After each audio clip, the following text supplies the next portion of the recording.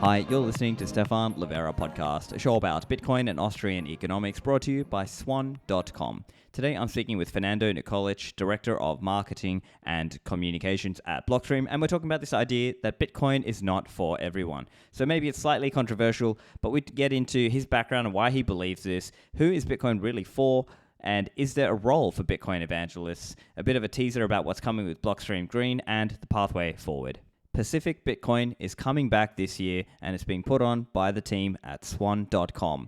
This is going to be October 5th and 6th in LA, so make sure you mark those dates in your calendar and get ready to have an awesome time. There was so much great feedback from Pacific Bitcoin last year, so of course the swan.com team had to put it on again. We have an awesome lineup of speakers for you, people like Jimmy Song, Lynn Alden, Greg Foss, Preston Pish, Corey Clipston, Alex Gladstein, and so many more. There will be multiple stages. There'll be the main stage, there'll be a Swan Dome, and if you come one day earlier, there will also be a VIP mining industry day for those of you interested in that also. So remember, this is a great opportunity to bring friends and family along so that they can soak up the Bitcoin vibes and learn about Bitcoin from all other kinds of Bitcoiners, whether they are speakers or everyday Bitcoiners who are attending also. So go and get your tickets over at pacificbitcoin.com. Use code Livera for a discount, and the dates, as a reminder, are October 5th and 6th in LA, and I'm looking forward to seeing you there.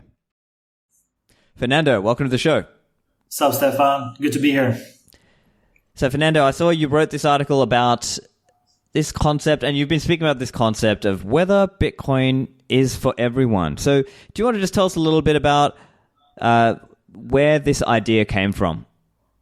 Yeah, right. So Bitcoin is for everyone is kind of like a slogan that has reverberated in the Bitcoin Twitter community for a while. I feel like a lot of people are saying that.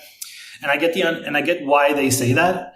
Because obviously Bitcoin is indeed, something that can be adopted by the entire world, right? Like we have pretty big ambitions when it comes to Bitcoin, all of us, right? So I totally understand like the intention and why they would say something like that.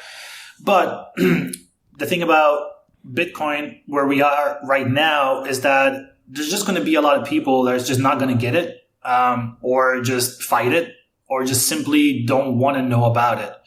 And I think in terms of like us as Bitcoiners trying to orange pill anyone, any normie, whether it is a family member, friend, anybody in your social circle, or whatever, we need to accept the fact that Bitcoin is not necessarily something that people will want to understand, even to begin with, right? And I think a lot of the energy that we put into orange pilling people and just evangelizing Bitcoin and talking about its benefits and whatever can be spent more effectively if we actually took a second to think about, hey, how about I think about this person that's in front of me that I'm trying to orange pill and see, what is this person's about? What kind of change are they seeking? What do they want to do exactly? And then figure out if or not Bitcoin actually has a place in that person's, life. The kind of like go-to methodology that we have as Bitcoiners is just like the second that we understand Bitcoin, or at least we achieve a deeper understanding on an individual level of Bitcoin, is like tell the world, right? Like we want to go at the top of the mountain and scream at the top of the lungs how awesome Bitcoin is.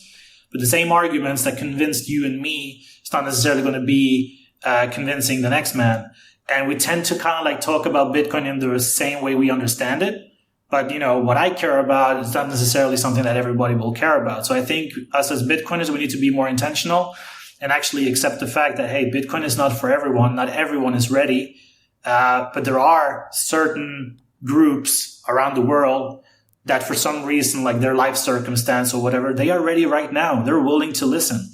And we need to just think about them and not try to like orange pill the world, if that makes sense. Yeah. And I will say, so there is a course that I curated on the Sailor Academy, and that technically is titled Bitcoin for Everybody or Bitcoin for Everyone. But I certainly understand what you're saying. And I think maybe the way I would frame it is, maybe it's a time thing, right? Like that we believe that eventually the world is going to adopt Bitcoin.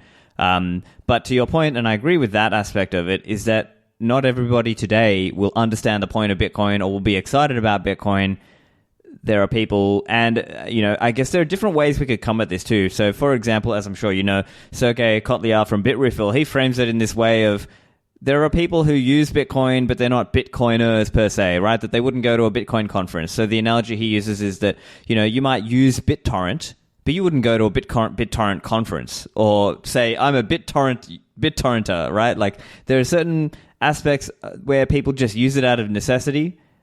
And they don't really care that much about the movement per se. They're just a user, neutral. Yeah. So I guess there's a few elements to that.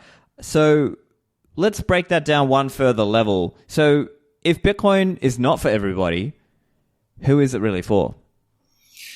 Yeah, and that is kind of like, that's the challenge, right? Like that's where we need to put all our energy and focus into figuring out.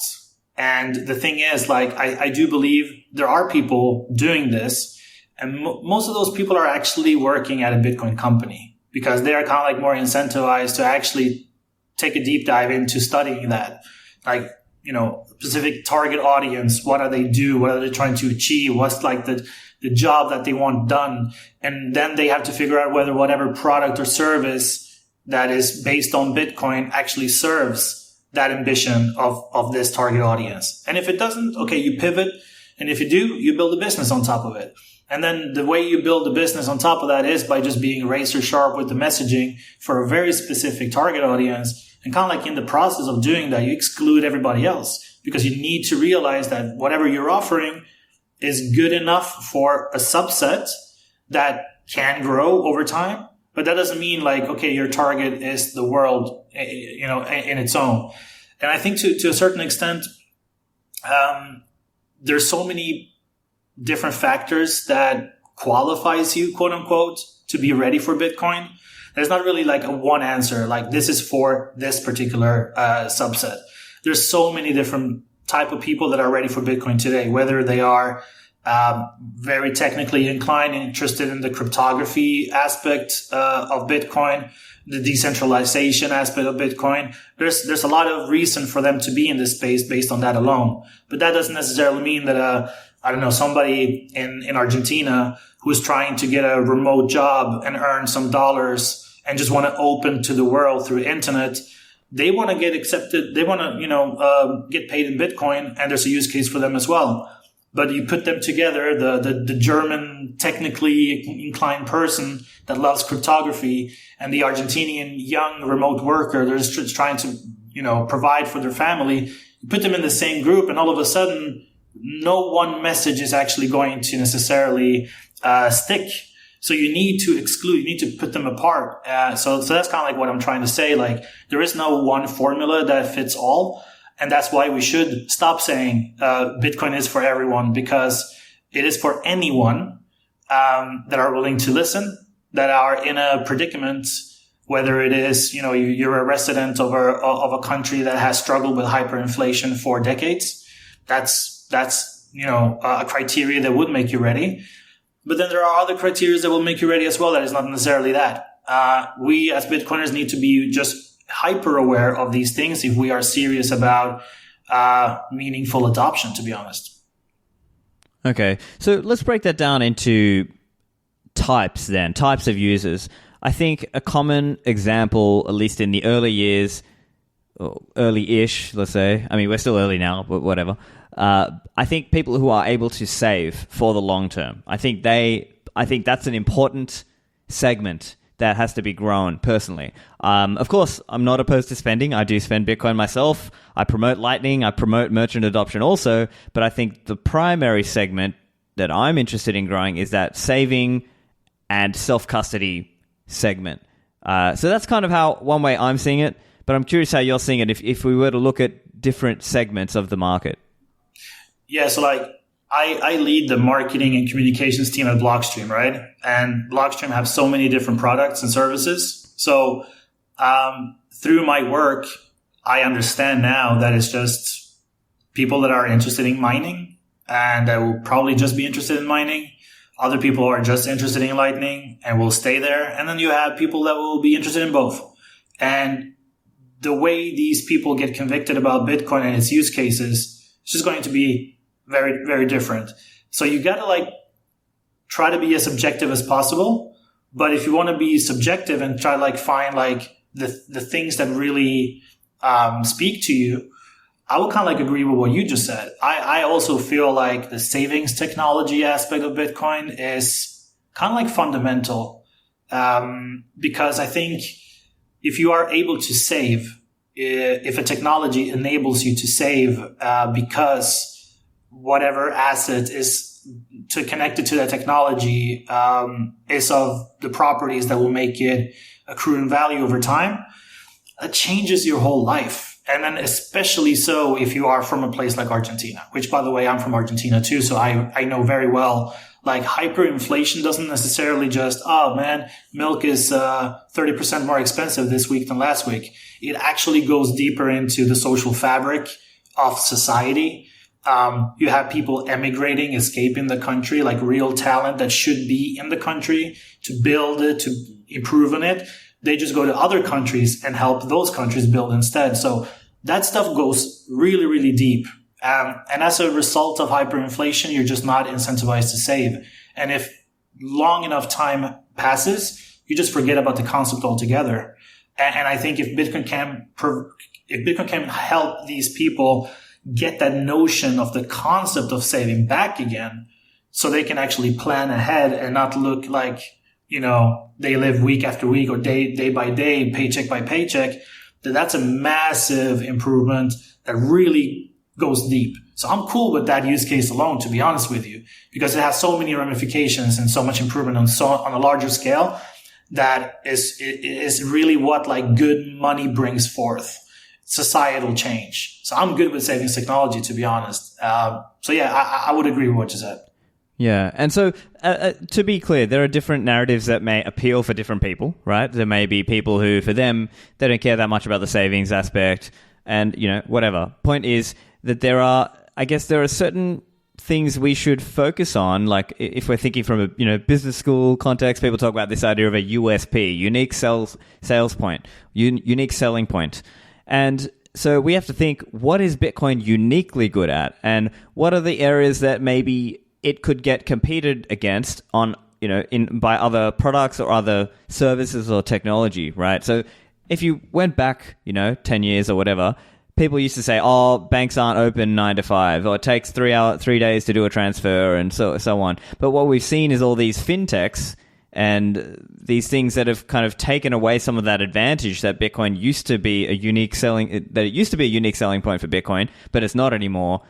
And so I think that's why this kind of focus on the savings technology, at least for now, to me, seems really important. But I also appreciate that, there's other aspects, right? There's this kind of narrative of permissionless, censorship-resistant money, right? Like that you can just use it to earn money or spend money without asking permission. So how are you seeing the different narratives and this concept of the unique selling point? Yeah, I totally agree with you on that, right? And this is the thing. Like, as individuals, as just people, we don't think about these things when we are trying to convince people about anything. I mean, Bitcoin is one thing, but just in general, like if you want to convince a woman to marry you, there's ways to go about it and there's ways to not go about it, right? And we kind of like, as humans, psychologically, we respond pretty much the same to different ways of approaching, right? So we need to be very cautious about like how we approach things in kind of like not overindulge people with too much information, but we need to always think about who is the other person we're talking to. So it's a very hard question that you're asking because it all depends. It is kind of like, it's very subjective, but I can try to like go a little bit deeper and see if we can explore a little bit more. Take me, for example. My Bitcoin journey, like me being Argentinian, that was like a very deciding factor looking back in me understanding the value prop or the USP of Bitcoin. Because I am Argentinian by birth. My family's Argentinian. Spanish is my first language, but I grew up outside of Argentina, right? So I spent my childhood between Argentina and Northern Europe. And I was always asking myself, like, why do I live with my mom in Northern Europe, and why is my dad and the rest of my family in Argentina? Why do I have to go back and forth? Okay, I learned eventually it was because, in the late 80s, early 90s, Argentina went through some hyperinflationary dumpster fires. It was just like impossible to live in Argentina. Okay. Then I see these things happen over and over again in my country. People still emigrating. To this day, they emigrate. They leave Argentina for better opportunities, and it's because of the same reason. So I was like always like fascinated by that. Like, why is this continuing to happen? Then a friend of mine introduced me to Austrian economics. I was like, okay, now I see like Keynesian economics, more like, the properties of the Austrian economics and kind of like how they thought about things. That made sense to me. And then Bitcoin came along. Coincidentally, the same friend who introduced me to Austrian economics introduced me for Bitcoin as well. And then I was like, hey, instant click. I totally got it, because all these experiences prior in my life, just by just being alive and being born where I was born and going through what I went through, all of that introduction to Bitcoin clicked instantly. If the same friend came to me and said, bro, this Bitcoin shit is like the most cypherpunk stuff ever, man. You gotta go and read the white paper, dude. And it's like, I would have been like, okay, fine. I wouldn't understand anything that the white paper was saying. I wouldn't be interested, wouldn't have triggered any interest. So it's like, we just need to be very, aware. We need to show empathy. We need to humble ourselves and be like, okay, whoever I'm trying to orange pill, what have they gone through? Because I can go and orange pill somebody else and say the exact same arguments that led me to be convinced about Bitcoin. Hey, Austrian economics, like Keynesian economics is BS, and this is why the fiat money system is going to collapse soon. I mean, a lot of people won't really pay attention to that, and you see that in so many Bitcoiners.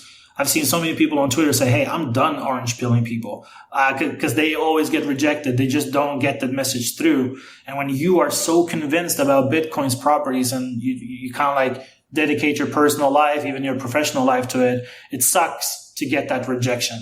But that's only because you're trying to replicate the same arguments that convinced you to everybody, just because you think Bitcoin has like the ramifications to change everything in the world, which is true.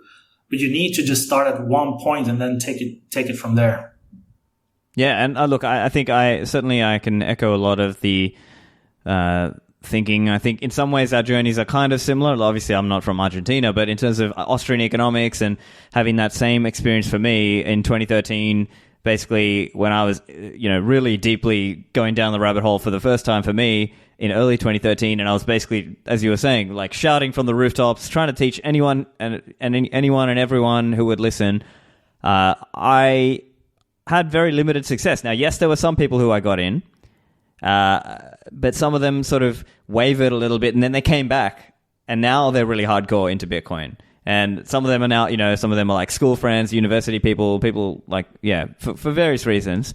But I think the question then would be, there are a lot of people who go through similar circumstances, but they're still not into Bitcoin. So, for example, there's a lot of libertarians who are not into Bitcoin when it's obviously, and I'm sure, as an Argentinian, there's probably a lot of Argentinians who aren't into Bitcoin. So I'm curious, why is that? Do you have any perspective on that? Is it that they just have a different concept of how to save? Like, if they got money, they would rather buy a property instead of Bitcoin, or or do they just want to do stable coins, or what's the situation, at least from your perspective? Yeah, obviously it's complex, but if I were to say like one thing that kind of like try to encapsulate all of that, is that sometimes it's really easy to agree on the problem, but then you don't necessarily agree on the solution, right? I've heard there's so many. One thing about like Bitcoin podcasts, just the space in general, is that sometimes some shows, they bring in people that are like super based, like politically, like their ideology is pretty aligned with a lot of like values that I think, at least personally, Bitcoin is also on the same spectrum politically. So we can kind of like, the conversations are really good because we all identify the same problems. But then at the end of it, they might say something like, well, the solution is fiat money backed by gold, not Bitcoin, right? And you're just like, man, right? So close, right? Exactly. So it's not an exact science. I mean, people are convinced about stuff. not because of one specific thing that they read. It's just the accumulation of like decades of learning and, reading stuff that creates your conviction, right? And for anyone to come in and kind of like rock that and just like shatter your worldview, it's going to take a lot. It's not going to happen in one sit down. So, I think that talks a little bit to why, places like Argentina, I think Bitcoin should be bigger. Because to be honest with you, Ethereum is huge in Argentina compared to Bitcoin. And I thought that was always a very special case, because how much more obvious is the problem when it comes to hyperinflation in Argentina, and how obvious shouldn't the solution of Bitcoin be? But Ethereum, for some reason, is a more attractive solution to their problem, because it's about opportunity at the end of the day. It's about making money quick and like hyperinflationary, like you see like all the way back to the Weimar Republic. You get to a certain point where you become a degenerate gambler. And that's kind of like looking for those type of opportunities becomes the norm. And that affects the culture. You can ask any Argentinian how a stereotypical Argentinian is. It's like we're always looking for the next hustle. And I think that is one of the reasons like stuff like Ethereum is so big, because it is considered like a huge hustle. And you can do that, through a laptop, even better. So yeah, they can agree on the problem. They want to be desperate for a solution. But at the end, ultimately, your personal traits, I would say, decides what kind of decision you create. Because I think, to be honest with you, if you are a person of like morals, if you are a person that is proud, but at the same time humble and willing to unlearn certain things, well, there are certain personality traits I think you should have in order to be ready for Bitcoin.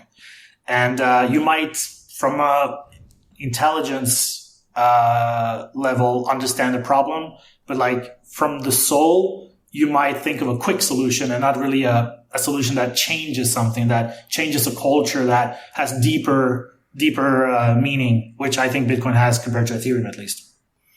Yeah, and so what we see sometimes is people, and we're seeing this even in the news now, right? Both in the UK and in the US, Nigel Farage got debanked from Coutts Bank, subsidiary of NatWest, and now I think he had some success with that because he managed to get the NatWest CEO to resign and apologize, and the BBC had to apologize, right? But he's sort of pushing the wrong angle in some ways, because he's also trying to say, it's almost like we need a new law. There's kind of that mindset. It's not, and even though he spoke at Bitcoin Amsterdam last year, right? And then in the US, we're seeing the same thing, right? We're seeing Dr. Merkler, right? So he was anti the COVID regime, anti the jabs, all this stuff. And one of his businesses is getting debanked. And the CEO and the CFO and their family are getting debanked. And so it's the same kind of thing that, people are sort of not obviously jumping to Bitcoin. Now, yes, it's going to be slow, but it sort of gives you that kind of frustration because you think this is such an obvious answer. You could use this today. Why not? Yeah. And the media is another very curious case study, to be honest. And this is also by working in communications. I look into that a lot, and I have a side project that I call Bitcoin Perception, which is doing exactly that. Like I'm monitoring the Bitcoin coverage across the mainstream media. And I've been doing that for 2-3 weeks, to be honest. But already now it's pretty evident just by looking at the numbers. There's different factions within the media that are covering Bitcoin differently.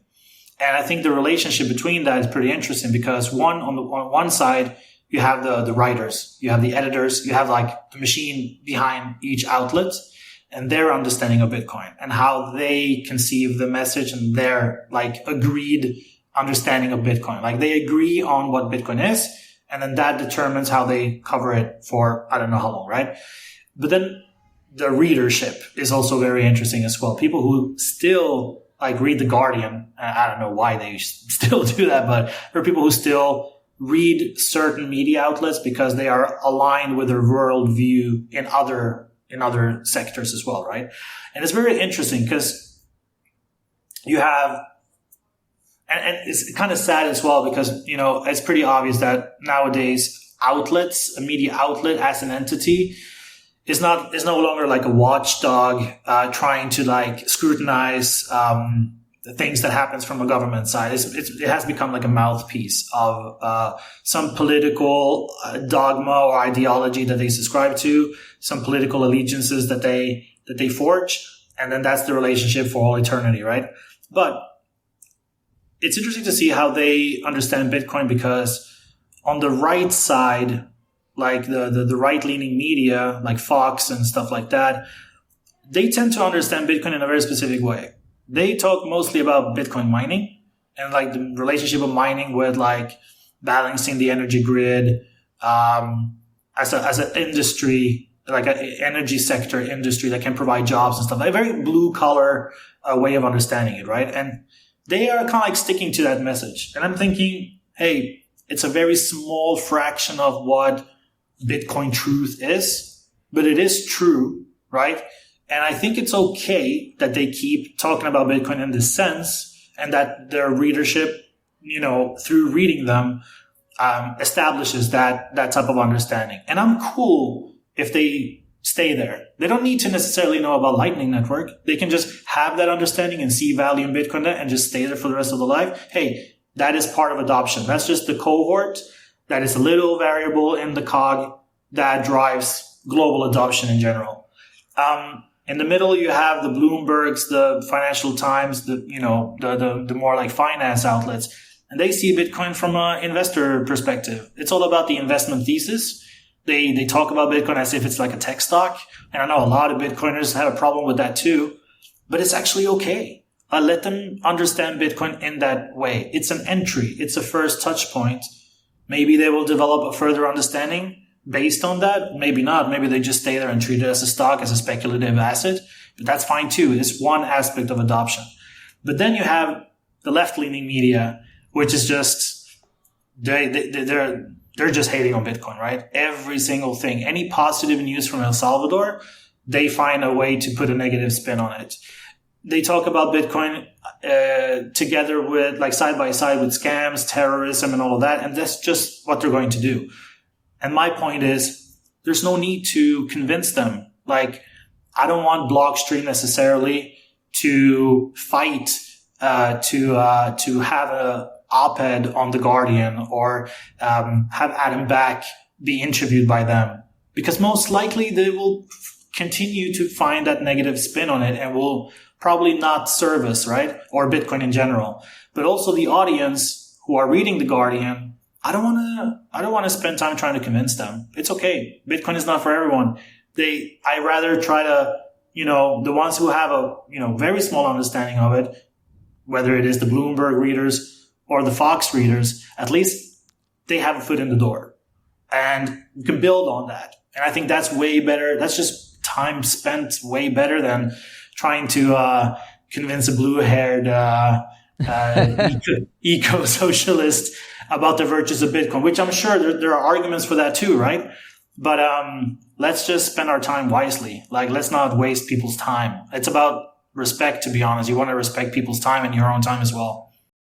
Back to the show in a moment.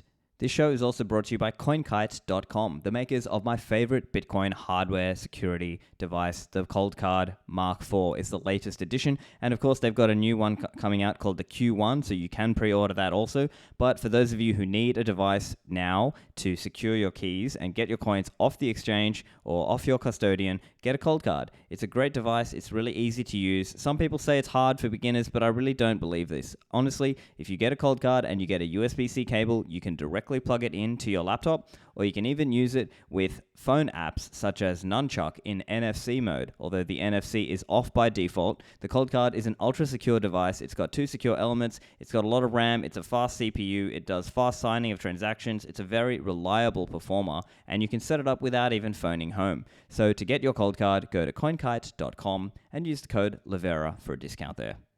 When it comes to on-chain transactions, I always go to mempool.space to check my transaction fee and target it so that it is appropriate depending on the priority of that transaction. With mempool.space, you can view a comprehensive view of the ecosystem, whether that's Bitcoin's mempools, the blockchain, second layer networks like the Lightning Network, and they've also got mempool v3. So they have a forked version of Electris. You can visualize full RBF equals 0 and full RBF 1, and they've got a mempool accelerator integration coming, which is what Wiz announced recently at Bitcoin Miami. And also, mempool blocks are scrollable. So you can go and see all of that and keep an eye out for the mempool accelerator program coming over at mempool.space. And now back to the show.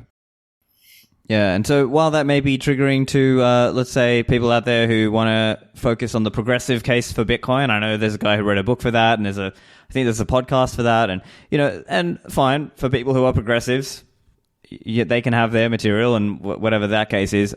I think for me personally, and probably for you as well, I'm just not focused on that, right? I'm just more focused on where can I win? Where can I help somebody, where can I help somebody improve their understanding of why fiat money is a scam, basically, and why Bitcoin is the answer, right? Where can I focus on that? And I think this does align a little bit, well, it seems to align very closely in some ways with the idea of the 10 million intransigent Bitcoiners, right? So this is something Corey has written about for Swan. It's like this idea that if we built up enough of a base of hardcore Bitcoiners or people who would go to bat for Bitcoin and try to spread the message, then it just becomes so much harder to stop.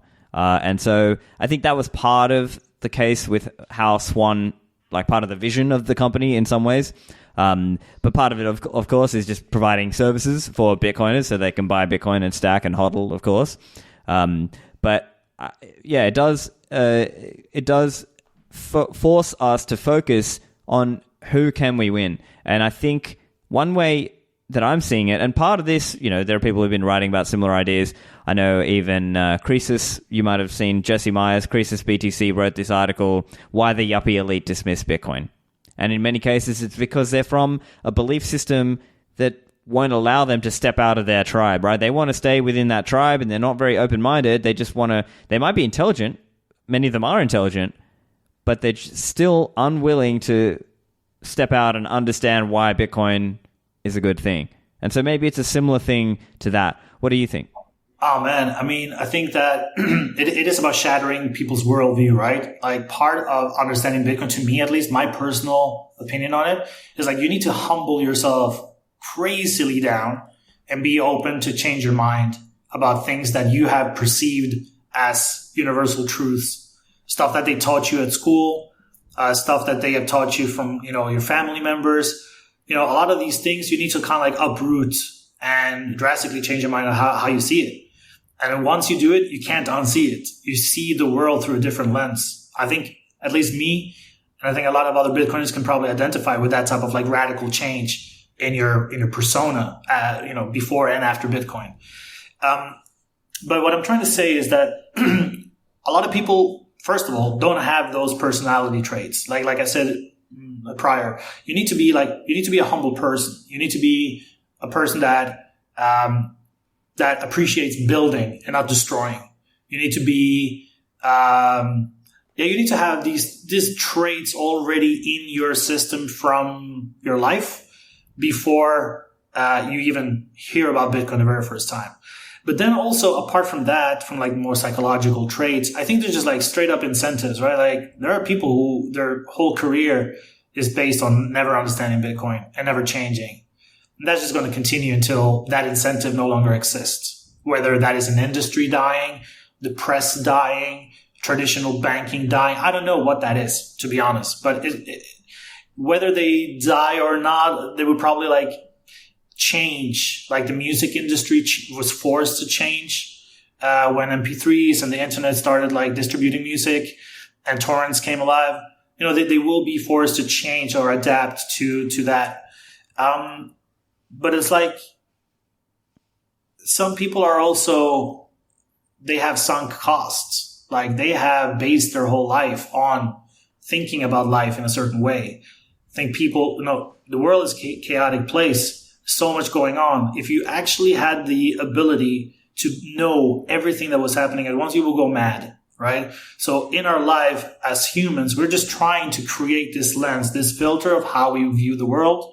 and we're trying to understand everything that happens every day through that lens. So a lot of people aren't willing to change that lens a lot. They're comfortable understanding the way they have always understood life, and they're just like uncomfortable changing that drastically. You can call it cognitive dissonance or whatever, but that's a fact, right? So I'm thinking, try to find the people who are willing to change that worldview, to change that filter, to take out, it's like old school analogy, camera photography. Like you had to take out a filter and then add a new one in order to take a different picture. It's kind of like that, just mentally. And not a lot of people are willing or able to do that. That's why Bitcoin is not for everyone.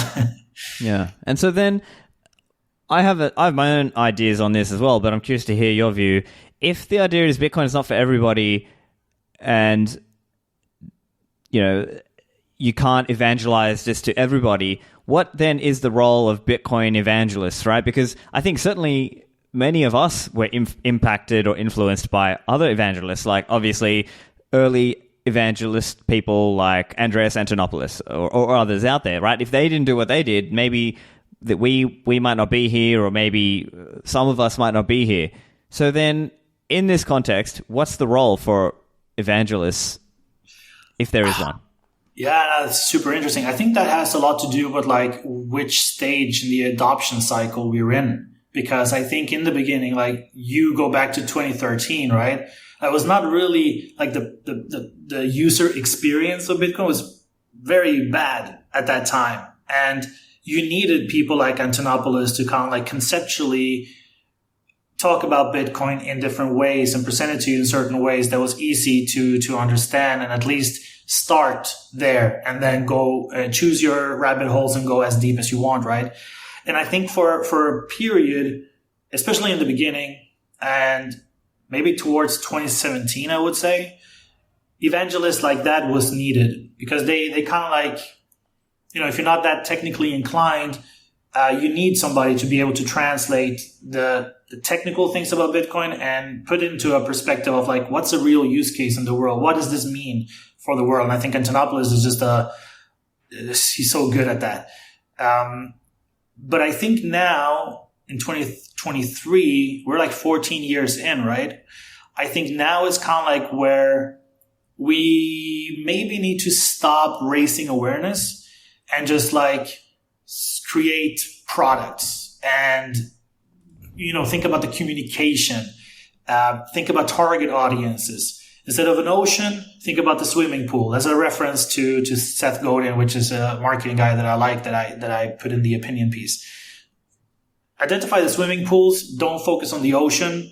And then these little swimming pools are people that you bring in through a great experience, whether it is through an app, platform, or service, whatever. It's not necessarily because of the concept of Bitcoin, but it's more of a thing that you employ to do what you want to do. So if you're somebody in Tanzania and you just want to set up a business, a local business, and you don't have the means to KYC yourself, or for some reason you just don't want to, you don't have the means to have a bank account, yeah, you need a real good Lightning product to be able, that enables you to do what you want to do. And if you're able to do it, that person's going to love Bitcoin for the transformation in his life.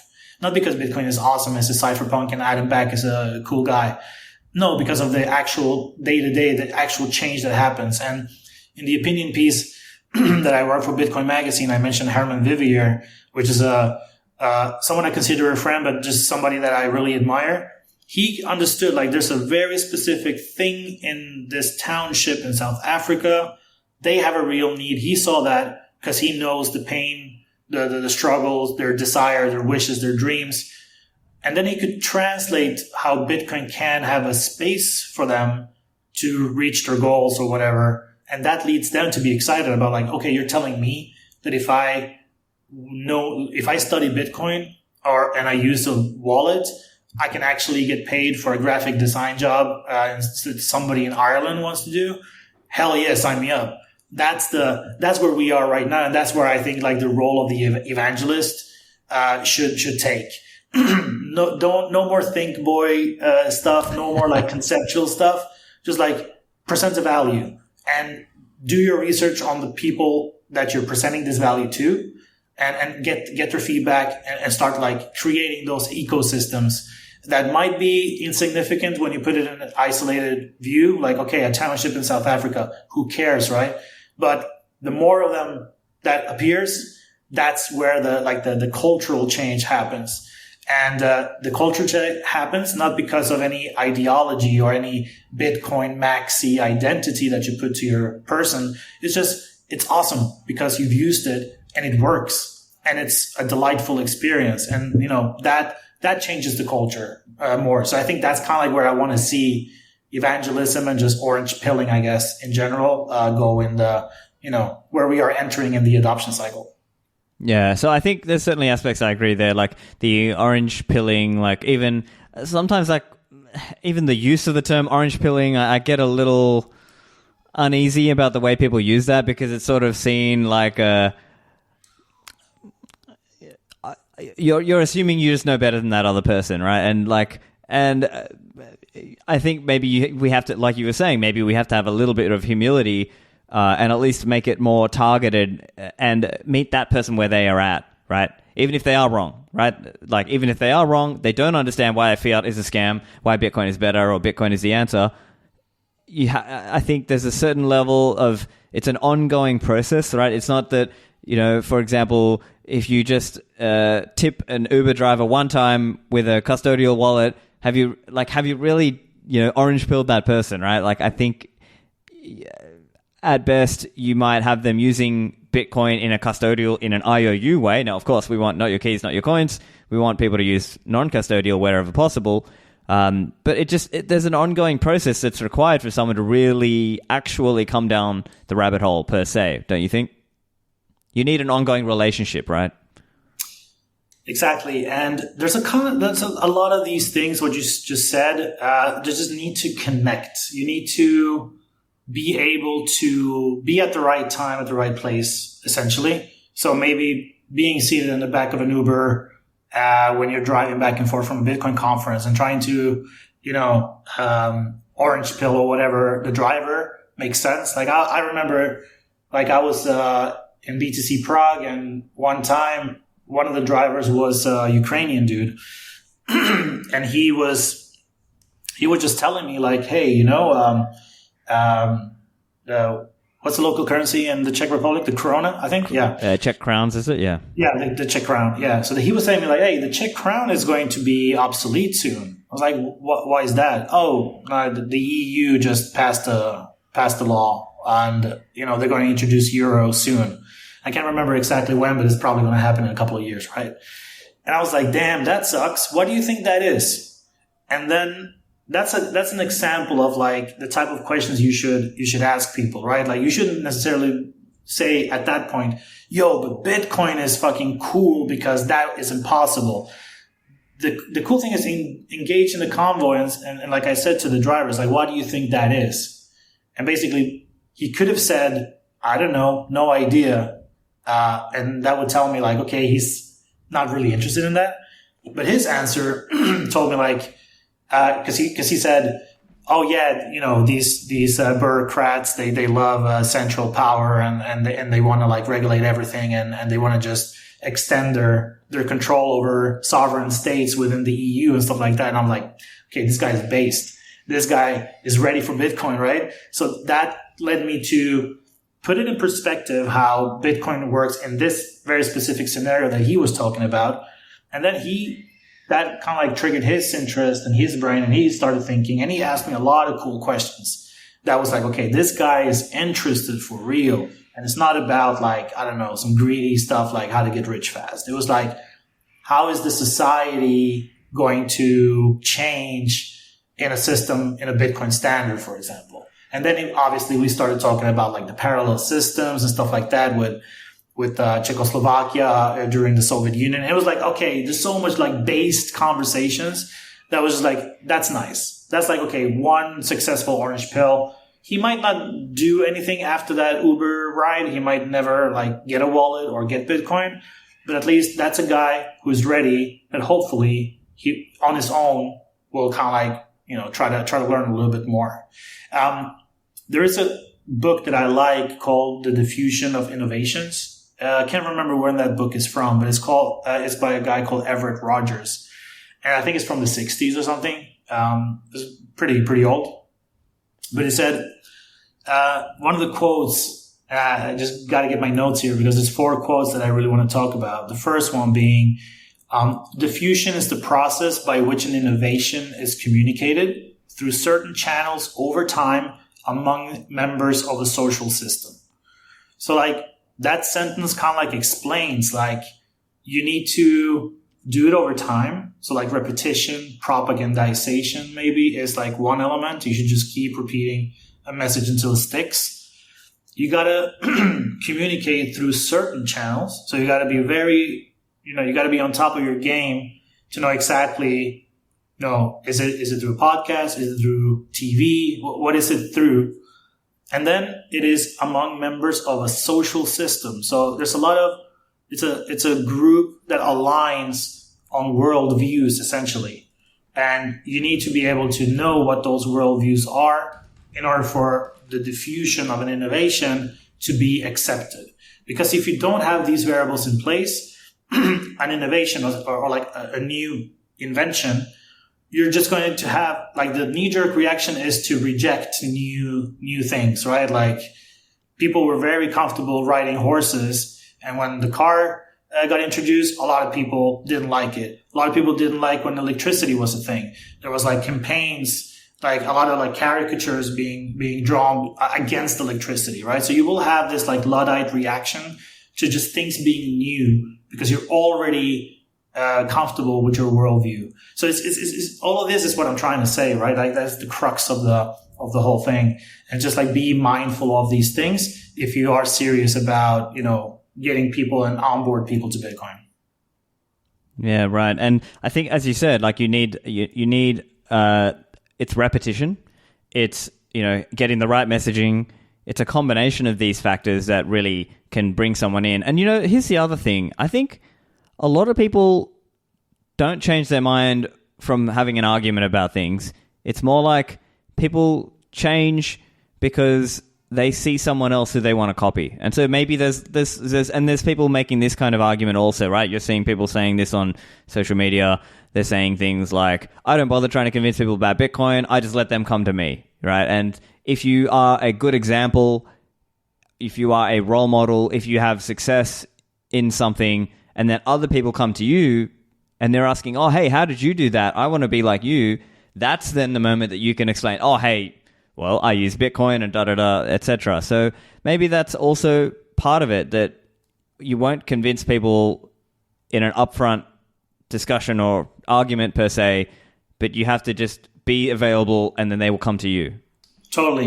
And that's also another cool thing. Like, let's play that scenario out, right? Like, imagine you have somebody come to you, say, I heard about Bitcoin.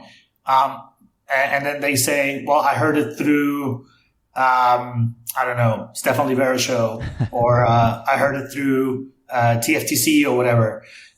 You as a Bitcoiner who you think, okay, cool, that's a good starting point. This guy is like in it and is open.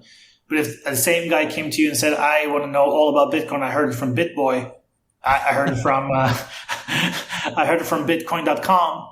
You're going to be like, damn, like that's a tough one. That's an uphill battle. So it definitely plays a part, like where people just consume content. And it's kind of like, it is our duty to just always be upfront with the truth and just like let people explore and discover that on their own.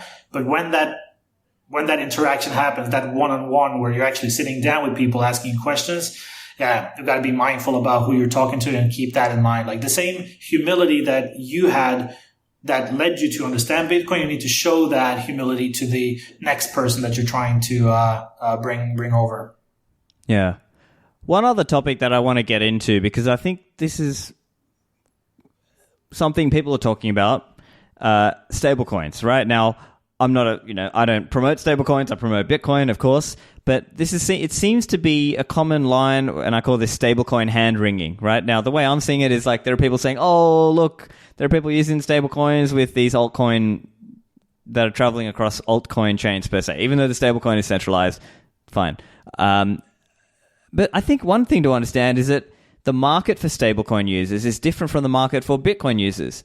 And maybe we don't need to be so worried about that because they're different markets per se. Now, of course, I want more and more people to use Bitcoin, but the fact that somebody wants US dollar exposure, maybe that was not somebody who I could have converted, right? Like, and I'm curious what perspective you have. Obviously, as an Argentinian, I'm sure you know lots of Argentinian people are using stablecoins.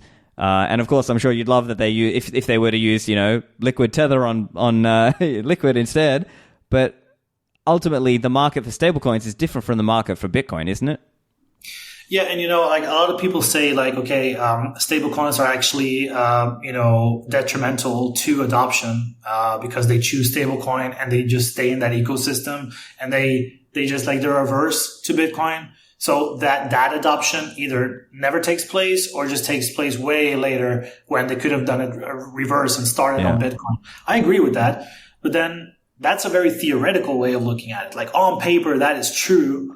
But you gotta, that's a prime example of people like not really caring about these people because obviously these people have a need that is urgent, that needs a real fix. And, in Argentina, I can speak for Argentina, US dollar is the standard. It's like the highest, like that's the gold standard in a way, right? If you want to transact like real, like, I don't know if you want to, buy a property or whatever, it is all denominated in dollars. Like real transactions is dollars. The daily, day to day, go ahead and buy your milk with pesos. You don't want to spend your dollar on milk when you have a way lesser super inflationary currency that you just got to get rid of anyway.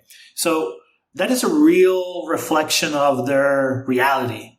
So obviously their choices, the way they behave is going to be based on that, not from a developer on Twitter from Spain who think, no, you should go to Bitcoin directly. Yeah, I mean, they're right, but so are the Argentinian choosing Tether instead of Bitcoin. Another thing is that, Bitcoin should also be okay in terms of its volatility because, hey, man, your local currency is devaluing like crazy and you're seeing way crazier swings volatility-wise. So the volatility of Bitcoin shouldn't be a problem neither. But it's just a cultural thing of like the dollar being that thing. And then you take into the political context where you have capital controls and it's kind of like a prohibition law, right? Like you're not allowed to exchange more than, I think it's $150 a month. That is like a Streisand effect. Like people just want more than 150 if that is the law, right? So they would try to like find ways of circumventing that limit. And hey, stablecoins is like a perfect platform for doing said circumvention. You can go to these caves where just like literally a 16-year-old on a laptop that just is super tech savvy and knows about, Binance and how all these things work. And they offer a service to their community. And that's it. It works. People get what they want. And that is what matters. Now, if the dollar is going to zero, which might happen or maybe not, Bitcoin definitely becomes the replacement. That makes Bitcoin the standard. But right now, at this very moment, it's not. So we just got to be very aware of that reality and not like go into these like childlike knee-jerk reactions where people like they rage on Twitter thinking no, the Argentinians are doing it wrong or they don't understand, they're stupid. It's not. They're actually very smart. And the same thing can be said about self-custody as well. I think self-custody, having Bitcoin and being in control of your keys, that is the gold standard. That is ultimately like the goal. But I think there's a lot of people who are not willing to start there. It's the end goal. So you need to go through steps to be not only, secure about what you're doing. Like knowing what you're doing is obviously important, but you need to also see why you should do it. You see the value in controlling your own keys. And that's not necessarily something that people learn on their first day when they understand Bitcoin. So it's a gradual process. And I think, again, products and services that takes care of you in those like prior steps to ending in self-custody, I think that is important too. Because, in Latin America, for example, people use smartphones, right? Like a lot of people, they have kind of like hopped over. They didn't have internet, like landlines or laptops or whatever. They just jumped straight to the smartphones and, 4G. The thing is, like, these smartphones aren't factory fresh iPhones, right? Like they are like smartphones that are passed on to others. It's like 4 or 5 people. That same smartphone that they use today has gone through 4 or 5 different pair of hands. And God knows what kind of apps they have installed, what kind of they're extremely hot phones. And there's really no real service out there that really takes care of those people while they are like getting acquainted with Bitcoin, getting comfortable with Bitcoin. And we need that to exist, for them to be cool and then take their time to study Bitcoin and eventually get to like, holy shit, you know what? Keeping my Bitcoin on the phone is not a good idea. Let me graduate to a hardware wallet. It's like American HODL saying self-custody is like learning to drive a car. You don't start at the highway, you start at the parking lot, you gradually get there. And again, us saying, like talking shit about people who are not doing self-custody, that is wrong. Like we need to have empathy and understand that there are steps to getting there, and we need to be good at like providing good products, good services, good experiences altogether for people to actually get there eventually. So, well, I don't know if this was maybe a rant. I don't know. No, okay. But let's get to the question of, I guess, for people who aren't able to get to the Bitcoin standard of using Bitcoin and self-custody, I guess there's an element of pragmatism there, because for some of these people, they can't earn directly in Bitcoin, or maybe they are unwilling to because the culture doesn't kind of allow them to yet. So maybe there's some elements of trying to shift the culture over time. Not it's not going to happen tomorrow, but if we slowly shift the culture where it's normalized that you just earn in Bitcoin and spend in Bitcoin, maybe there's something there that helps ease the pathway for more people to actually become Bitcoiners. Yeah, no, and totally. But like, I think me and you, we were kind of like, I don't think we fall in the spend and replace camp. I think we're kind of like good with just saving and hodling, and I think that's an important use case. And to be honest, self-custody is the thing if you're doing that, right? So I think, creating circular economies is cool. Getting paid in Bitcoin, spending and replacing is cool. But it's still, to this day, not something I would tell somebody to do, to be honest, because there's so many points of failure. And kind of like self-custody is a clean thing. Just like get Bitcoin, whatever you get it from, put it into this, control your own keys, and just stack. Keep stacking, keep stacking. It's like a very easy frame. It's a very easy mental model for people that are new. But it's still hard. It's still like you can't really underestimate how a total noob look at these things. Yeah, people say, yeah, it's 12 words, write it down on paper, but it's more than that. You need to understand like what that represents, what that means. It's not just I can write 12 words on paper right now. It doesn't mean shit if it's not in the proper context. So yeah, what I'm trying to say is there's a bunch of different use cases. A lot of people derive value from Bitcoin at this point because there's so many different products and services right now than like 10 years back. And I think it's great. But still, the point is the same. You need to just figure out what are people's desires, what they really want, and just talk about Bitcoin in that context for them. Yeah.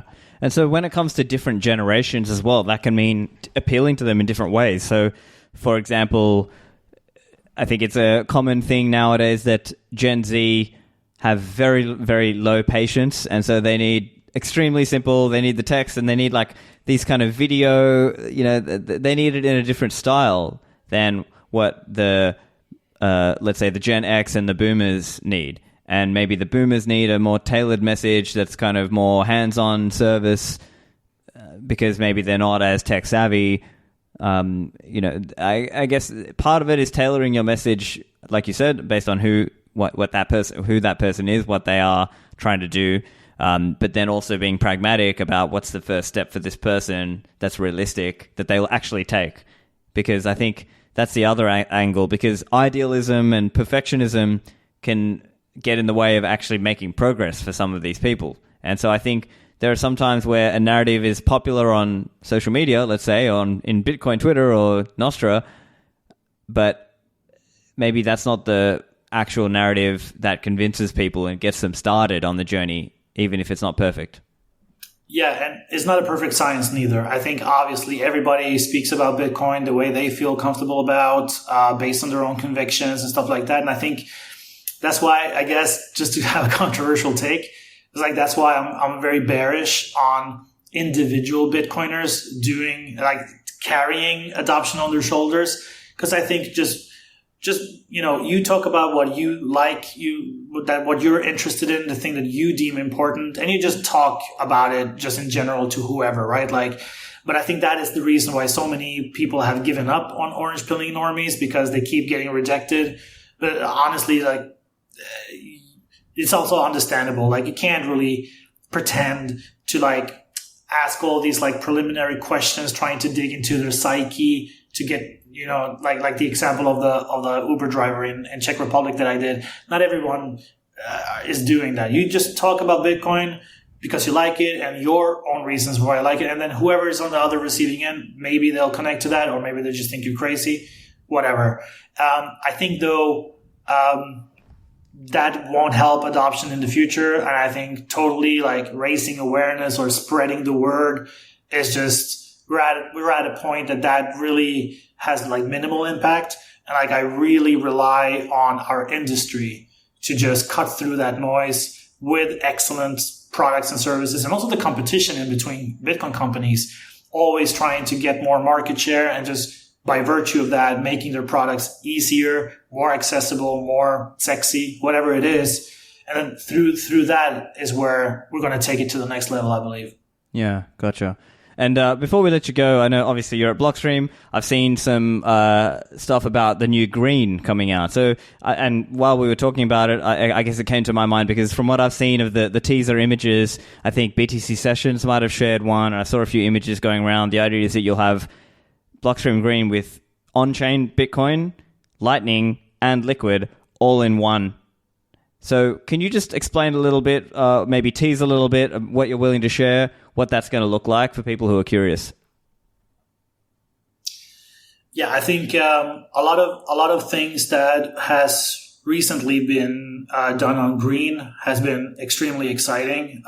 We kind of got the UX. We unified a lot of things, so you can basically have with the same key pair, you can have 3 wallets, a Liquid wallet, a Lightning wallet, and an on-chain wallet. And that's extremely good user experience for people who are, trying out Green as their very first Bitcoin wallet. I think the most important thing that I also the real Bitcoiners will know, but it's going to be a feature that a lot of people aren't really aware of, is the fact that the Lightning feature on Green is powered by Greenlight, right? So it's actually a Lightning wallet where you hold your own keys.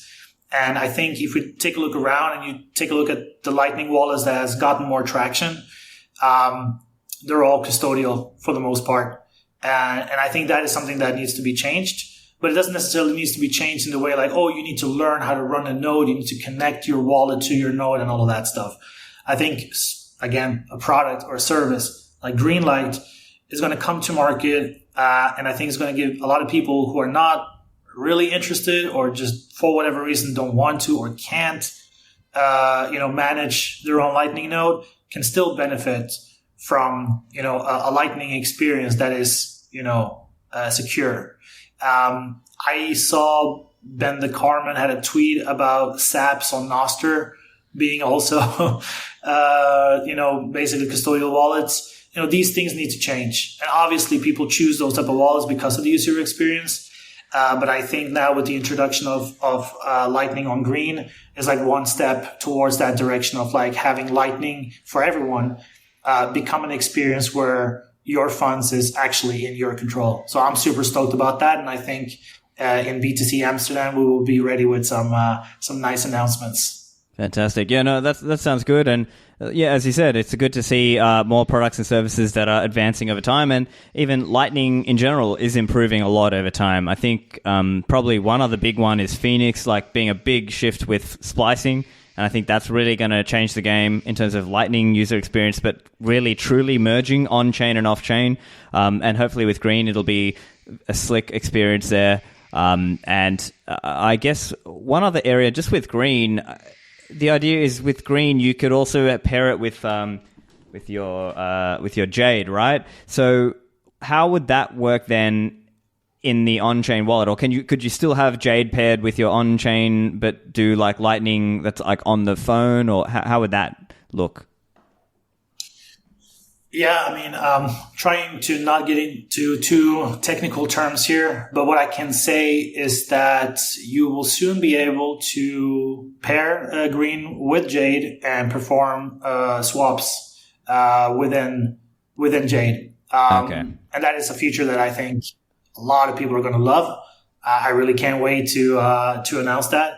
But it's coming soon. TM. Okay, cool. Yeah, well, that's great. Okay, so I guess let's wrap it up then. So basically, we've been talking about this idea that Bitcoin is not for everybody, and I guess that means we have to focus on who is going to get it first. Who's the if let's say 80% of people today probably are not really going to really resonate with Bitcoin, it may be something more like 10 or 15%, maybe 20% on the upside.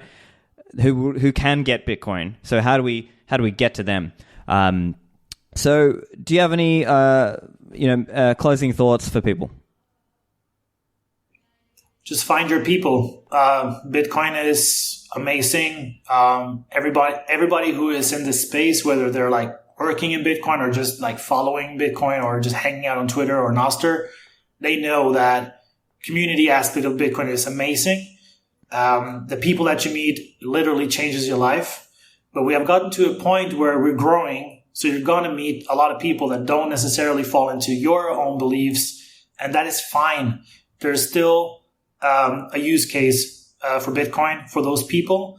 But if you don't want to waste your time or their time, just find your own people. And that's enough. And then, collectively as individuals, orange pilling people that we actually make an intentional attempt to actually find and guide, then I think adoption for the future is going to be meaningful.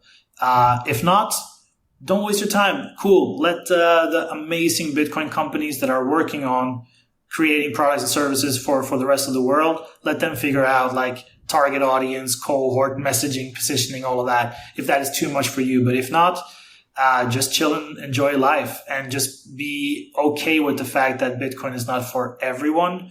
It is for anyone that are willing to listen and learn, but you gotta connect on other things. That is not necessarily only Bitcoin. It goes deeper than that. But I really appreciate the opportunity, man. This is the thing that a lot of ideas that I've been thinking about that eventually led to me writing it down on Bitcoin Magazine. But I truly appreciate the time that you've given me to just discuss. And I loved hearing your thoughts and your feedback on that as well. So thank you.